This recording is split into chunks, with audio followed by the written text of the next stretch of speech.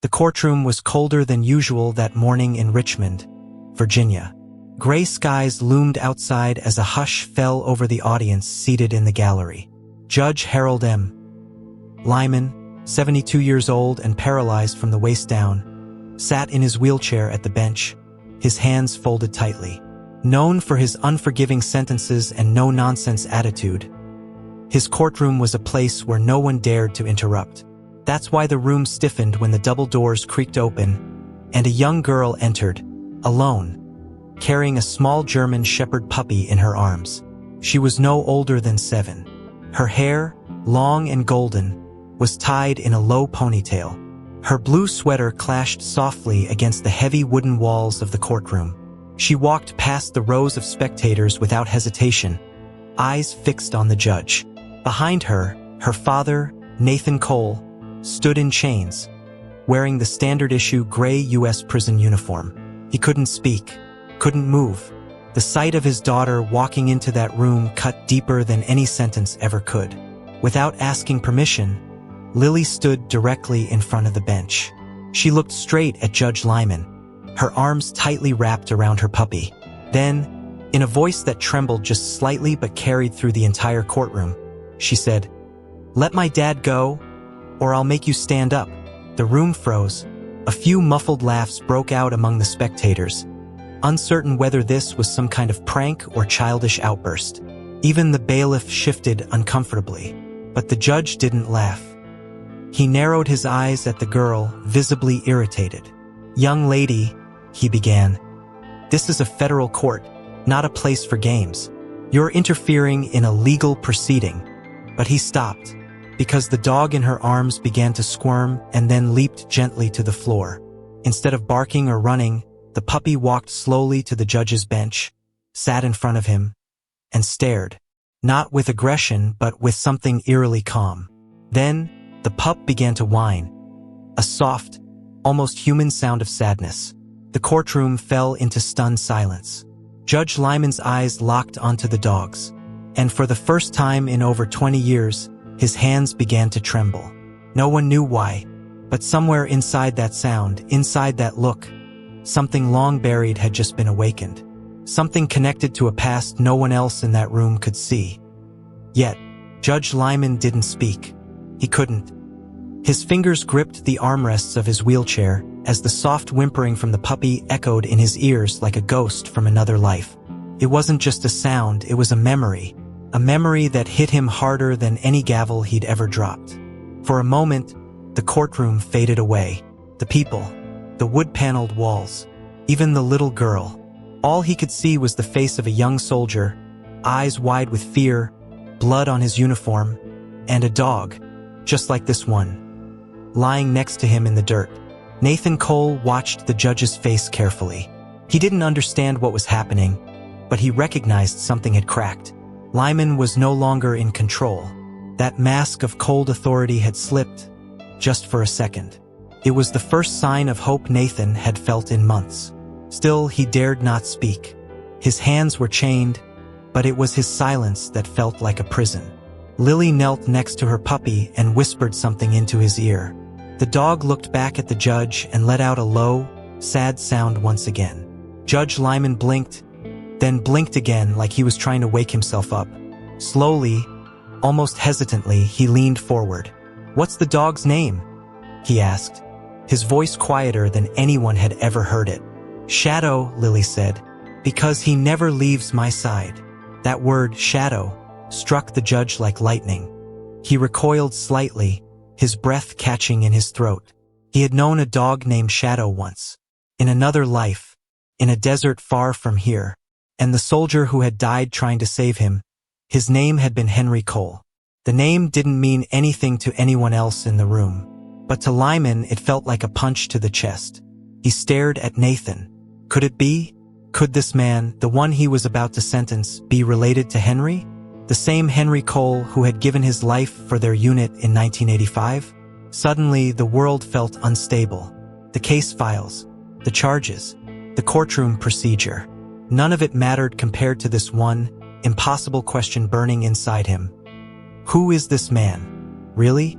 And more importantly, What had he come here to reveal? The court took a short recess. No one said it aloud, but everyone saw what had happened. The judge, Harold Lyman, known for never blinking under pressure, had lost focus. The bailiff escorted Nathan back to the holding room, but his eyes never left Lily. She stood there holding Shadow, arms wrapped tightly around him, like she knew her job wasn't done yet. Not even close. In his chambers, Judge Lyman paced slowly, his wheelchair humming softly with each movement.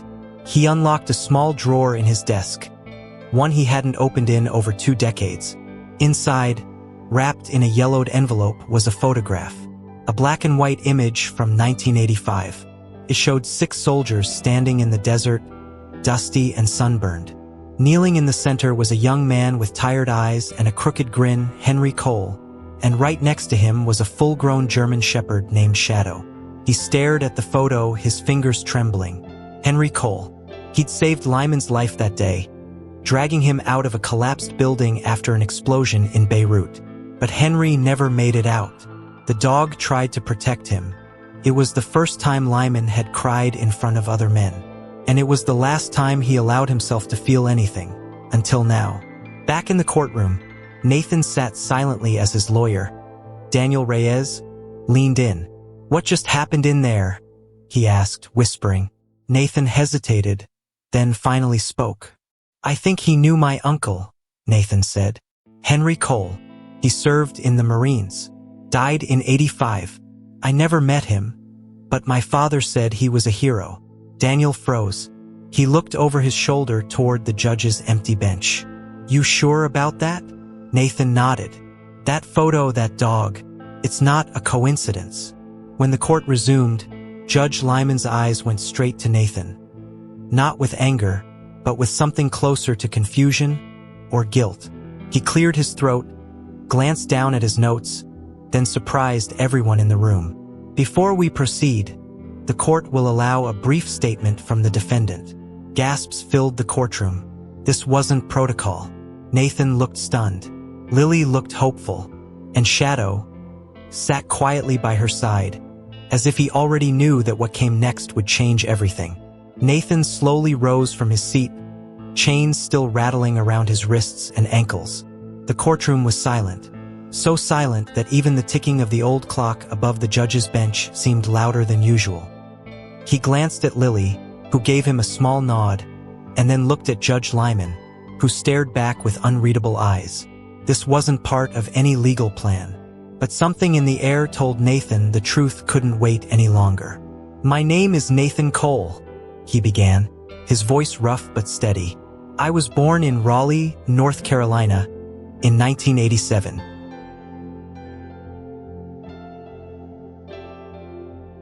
My father, Michael, raised me after my uncle died in Lebanon. His name was Henry Cole. He served with distinction. I never met him, but growing up, his name was spoken like a prayer in our house. People shifted in their seats, intrigued. The judge didn't move. Nathan continued, his voice thickening with emotion. Last year, I started digging into some family documents, letters, military records, newspaper clippings. I was looking for closure, for truth. That's when I found a name repeated in one of my uncle's old journals. A name written over and over again in ink that had faded, but never disappeared. Lyman. Judge Lyman's face flinched. Barely. But it was enough. Nathan saw it. Everyone saw it. Nathan went on. "I didn't come here just because I was accused of obstruction. I came here because I discovered that my uncle died in an operation that was never fully reported. That there were survivors who walked away because someone else stayed behind. And I believe you were one of those survivors, Your Honor." A ripple of murmurs traveled across the courtroom. Lyman's hands gripped the edge of his bench tightly. He had spent decades burying that day, convincing himself it was just another loss in war. But now, the nephew of the man who died for him was standing there, alive, in chains, asking for the truth. "I'm not here for revenge," Nathan said, lowering his gaze. "I just want my daughter to grow up knowing that her family name meant something, that her great-uncle didn't die for nothing, that maybe, just maybe, there's more to justice than laws and rules." Shadow let out a soft sound from where he sat. A sound like agreement. Judge Lyman leaned back in his chair. His world, the one built on order, control, and silence, was beginning to crumble. And he knew he couldn't run from the past much longer. Judge Lyman sat still, but inside, a storm was building. Nathan's words echoed in his mind like the sound of distant gunfire. "I believe you were one of those survivors." It wasn't an accusation. It was a reminder. A key turned in a locked door he had tried to seal shut forever. Behind that door were ghosts he had tried to forget, but never could. He remembered the sand, the heat, the chaos of that day in Beirut, 1985. Their unit had been ambushed, buildings collapsing, screams cutting through dust-choked air. He had been trapped under a slab of concrete, unable to move.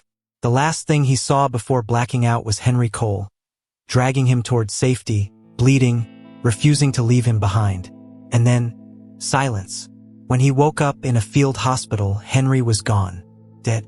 Shadow, the dog who had followed Henry everywhere, had died too, protecting his body. The military called it a heroic sacrifice. But Judge Lyman had never told the full truth, not even in his private reports, because deep down he had always believed it should have been him. Now, staring at Henry's nephew, the man chained before him, those old wounds reopened. Nathan didn't know everything. Not yet, but he was getting close. Too close. Lyman cleared his throat, trying to steady his voice. "The court will reconvene tomorrow at 9 a.m., he said. "Defense and prosecution are dismissed for the day." It was an unusual move and everyone in the room knew it. But no one questioned it. Not when the judge's voice sounded like it was fighting tears. As the room emptied, Lily remained seated with Shadow by her side. She looked at Lyman, not with anger, but with something deeper, understanding. Children sense what adults try to hide. She didn't know the details, but she knew the man behind that bench was scared of something. Judge Lyman watched her for a long moment. Then, quietly, he said, "You're brave, like your uncle." Lily tilted her head. "You knew him?" He nodded slowly. "I did. He saved my life." Then he turned his gaze to Nathan. For the first time, not as a judge, not even as an authority figure, but as a man, haunted by a debt that could never be repaid. And tomorrow, in front of the entire court, he would decide whether to carry that debt, or finally set it down. The next morning, the courtroom was packed. Word had spread, not just about the girl and her dog, but about the judge, Harold Lyman, the man who had never bent, never faltered, calling a recess with tears in his eyes. Reporters lined the hallway. Veterans who had once served with Henry Cole sat in the back row in full uniform, silent and respectful. Nathan stood again in front of the judge, wrists shackled, but head held higher. Today felt different. He could sense it in the way people looked at him, not as a criminal but as something else, a carrier of a story that had waited too long to be told. Judge Lyman didn't speak immediately. He stared at his hands for a long time before finally raising his gaze. "Before we proceed," he said slowly, "I want to enter something into the court record." He reached beneath his bench and pulled out an old, creased photograph, the same one from 1985. He held it up for all to see. "This man," he said, pointing to the young soldier kneeling with the German shepherd, "was Sergeant Henry Cole. He was the bravest man I ever knew. He died in the line of duty, saving me." A hush fell over the courtroom. Lily reached out and took Nathan's hand. The judge continued, his voice unsteady but honest. "For years, I never spoke of that day. I buried it under procedure, under rulings, under silence. But when this little girl walked into my courtroom, with that dog, and with that look in her eyes, I saw Henry again. Not in flesh, but in spirit." He looked directly at Nathan now. "And I realized that sometimes justice isn't about punishment. It's about recognition, about remembering the people who gave more than they were ever asked to." Nathan's eyes filled with tears, but he didn't look away. Judge Lyman closed the photo and placed it gently on the bench. "I'm not dismissing the charges today," he said, "but I'm staying sentencing, permanently, Your case will be reviewed by a military panel. You deserve that much. Henry deserves that much. Gasps filled the room again. This time, not in shock, but in awe. Lily smiled. Shadow wagged his tail. And Nathan, after months of silence, fear, and shame, finally exhaled. Because for the first time, it felt like his family name had been heard and honored.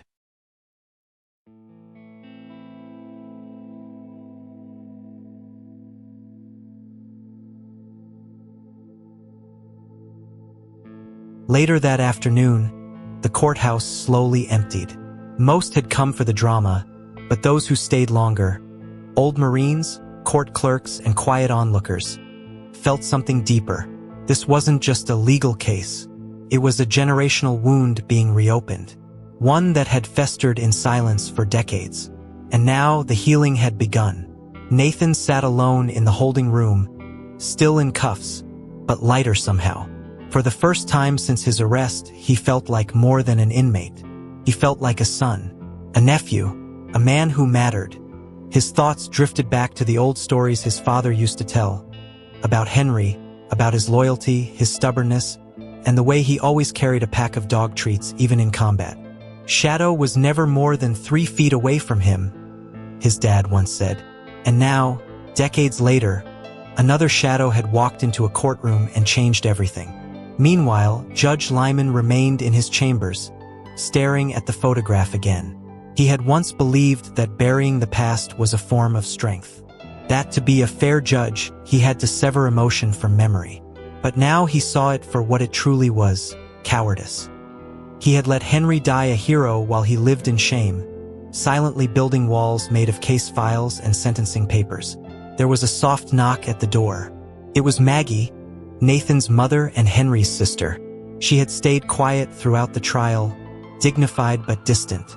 Now, face to face with the judge who had once served beside her brother, her eyes filled with restrained pain. "You knew him," she said simply. Lyman nodded. "He saved my life." "I know," Maggie replied, her voice cracking. "But what I don't know is why you never came to see us. Not even once." The judge looked down, ashamed. "Because I didn't think I deserved to." They sat in silence for a moment before Maggie reached into her purse and pulled out a small object, Henry's old military tag. "He would have wanted you to have this," she said, placing it on his desk. Lyman touched the tag like it was made of glass. It was scratched and worn, but still legible. Cole Henry J. And at that moment, Judge Lyman understood. Some debts aren't paid with words or rulings, but with remembrance. The military review panel was scheduled for the following week, but Nathan remained in custody until then. He didn't mind. For the first time, the walls around him didn't feel like punishment. They felt like a pause, a breath between who he was before the trial and who he was becoming now. Lily visited him every day, always with Shadow at her side, and every visit felt like one more thread pulling him back to the surface of a life worth living. Judge Lyman, on the other hand, found himself unable to sleep. At night, he would sit alone in his study, turning Henry's dog tag in his hand, replaying memories he had long buried. The screams, the dust, the weight of Henry's body in his arms after the blast. All of it returned, no longer blurred by time. But this time, it didn't feel like punishment. Felt like truth. One evening, he made a decision he'd avoided for 40 years. He opened a small safe beneath his bookshelf. Inside was a sealed envelope marked, "For Henry's family, if I ever have the courage." He had written it in 1986, the year after Henry's death. He had never mailed it, never even opened it again. But now, with trembling hands, he took it out and placed it in an envelope addressed to Maggie Thompson. The letter was short, honest, raw. In it, Lyman admitted everything. The fear, the moment he froze, and how Henry didn't hesitate to pull him from the rubble. He wrote about the guilt that hollowed him out over the years, and how seeing Nathan and Lily was the first time he believed maybe Henry had meant for him to live. Not just survive, but live. The next morning, Maggie received the letter. She didn't cry right away. She sat on her porch, holding it in her lap, staring out at the quiet Virginia hills. Then she whispered, "It's about time," and let the tears come, not for the pain but for the release. Later that day, as Nathan sat with Lily in the visitor's room, one of the guards walked in with a message. "Judge Lyman would like to see you, privately." Nathan tensed. "Now?" The guard nodded. He looked at Lily. She didn't speak, but her eyes said everything. "Go. You need to hear this." And as Nathan stood and walked toward the judge's chamber, he had no idea that what waited for him behind that door would forever change the way he saw his uncle and himself. Nathan was led into the judge's private chamber. No uniformed guards, no courtroom formality, no chains. Just a quiet office lined with books, dust, and the weight of memory. Judge Lyman sat by the window, the afternoon light washing over his lined face. He didn't look up at first. He was holding something in his hands. Henry's dog tag, worn and warm from too much handling. "Sit down, Nathan," the judge said softly, almost like a father speaking to a son. Nathan sat, cautious but curious. The air in the room was thick, not with tension, but with meaning. This wasn't about court anymore. It was about the space between two men who shared the same grief from different directions. "I should have told your family the truth a long time ago," Lyman began. "But I was ashamed. Henry saved my life, and I never found the courage to look his family in the eye. I thought silence would protect us all." Nathan didn't interrupt. He simply listened, like he knew this wasn't just a confession. It was a release. Lyman continued, his voice unsteady. "You stood in that courtroom ready to be sentenced, but you carried more honor than half the men I've served with. You weren't just fighting for yourself. You were standing up for the man who gave everything. And I couldn't ignore that." He paused, then looked Nathan in the eyes. "When I saw your daughter, and that dog, something in me cracked. I realized justice isn't always about punishment. Sometimes it's about balance, about making peace with what haunts us." Nathan leaned forward, his voice quiet. "I didn't come to destroy your reputation. I just needed someone to say his name out loud again. Someone who remembered what he gave." They sat in silence for a long moment. Two men connected by one name, Henry. Finally, Lyman opened a drawer and handed Nathan a folded piece of paper. "This is a statement I'm adding to the review panel file. It clears your name of all charges. You'll be released with full record correction." Nathan stared at it, unsure if he was ready to believe it was over. "There's one condition," Lyman added. Nathan looked up. "Promise me she grows up knowing exactly who her great-uncle was, and who her father is, and in that quiet chamber, without a gavel, without an audience. The story of Henry Cole was passed down not through judgment, but through legacy."